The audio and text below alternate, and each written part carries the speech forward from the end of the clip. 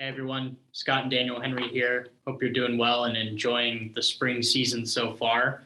We're officially through one quarter of the year, and we just want to take a quick look back at this quarter of real estate, how the year started. It certainly has been an interesting start with rates going up and prices going up as well. So we thought we'd show you a few graphs about King County to help relay some information to you, and then just have a brief discussion on the market to conclude. So without further ado, I'm going to share my screen here and kind of show you this first graph, which talks about the sales and listing activity in King County for residential properties only. Dad, why don't you tell us a little bit about what this tells us about the market? Sure, Daniel, no problem. So that 3,241 number is the number of listings that were taken over the course of the month of March. Those are the new listings that hit the market.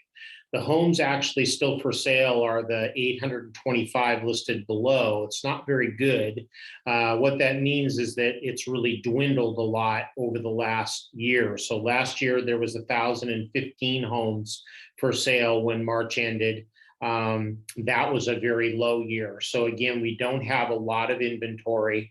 We are beginning to build a little bit, and inventory is about the same for what we took last year to what we took this year, about a 2% gain. Pending volume has continued to increase to stay with it. That's the 2,674 sales. So that what that means is that with that volume of new listings, most of those listings are being sold. And so there's not a big build of inventory. And that is what we're seeing with this chart, is that we're still lagging quite a bit in available inventory through March. Now we're into April. Spring season tends to bring on more inventory. So that definitely will help.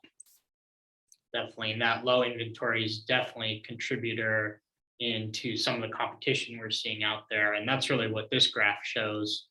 The green line here shows the close price as a percentage of the original listing price. So at this month, it was 112%. So homes sold for 12% above list price on average in March. That's a lot of money. If you listed a home for $1 million, that would be 120,000 over list price. So we are definitely seeing a lot of competition out there still, and it's also leading to low market times for properties that are listed. In March, the average days on market were 8 days is all. So we've talked about it before. What most sellers are doing is putting in an offer review date, which is about a week in advance to when they list the property. That allows the buyers enough time to view the property and then make offers by the review date. They'll then review all the offers on the review date and make a decision. And 9 times out of 10, the property goes under contract by that review date. So that's why you're not really seeing anything stick around long. And that's also why we have kind of an imbalanced market, which is what this shows, the month supply of inventory. Yeah, this chart really tells you that that we have not had enough inventory. You're looking at a 0.4 months supply of inventory. So a balanced market is a 4 to 6 month supply of inventory. That balances the absorption rate, where buyer demand and seller supply kind of meet in the middle. And in this case, we're never reaching that goal. If you look back the last 18 months, into late last year or even 2021, we've never been above a 0.7 month supply of inventory. So very, very low on available properties, and most of the properties being picked up or purchased very rapidly. So for those of you that may want to check on a listing or call about a property you'd like to see, and 3 days later it's pending when you wanted to see it on the weekend, there's the reason. We just don't have enough inventory building, and that's continued to be the case now since really COVID started, I would have to say. Yeah, definitely. Yeah, it's crazy. It's a crazy environment out there. We've definitely seen a lot of records set since the pandemic started. And now rates are finally back to pre-pandemic levels. They're definitely going up. Dad, what are your closing remarks on the market itself? What we're seeing now, what do you think sellers should expect?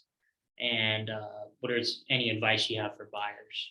Yeah, I think that for sellers, I think the market has begun to hit a crescendo, a peak if you will. It may ride on this peak for a while. I think you and I both seen sales activity where homes are listed for 850 and closed for $1,200,000. That's going to cause some sticker shock for those of you that are thinking of selling. The timing could be good because I do believe that the Fed will continue to raise rates. They've made a very clear indication that they're going to raise rates until inflation gets under control. And I do believe that's going to happen.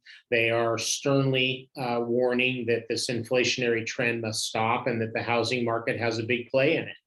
I think for those of you that are out there that are sellers, if you're thinking of selling, probably a pretty good time to think about it if you're thinking about doing it. I don't know that the market's going to continue to extrapolate into higher numbers. For buyers, I would be patient. Buyer satisfaction is at an all-time low, and I think there's reason for that. Buyers are overpaying. They're being pushed by agents to make very rash, quick decisions without being able to look at properties. Listen, you have to learn a little bit about the market. So if I were you, I would take your time, consult with the people like ourselves who are out here to try to help you and understand what the markets do. And then over time, those markets will change. And you have to be sort of prepared for that. So that's kind of why we're consulting. It's obviously super important to get pre-approved.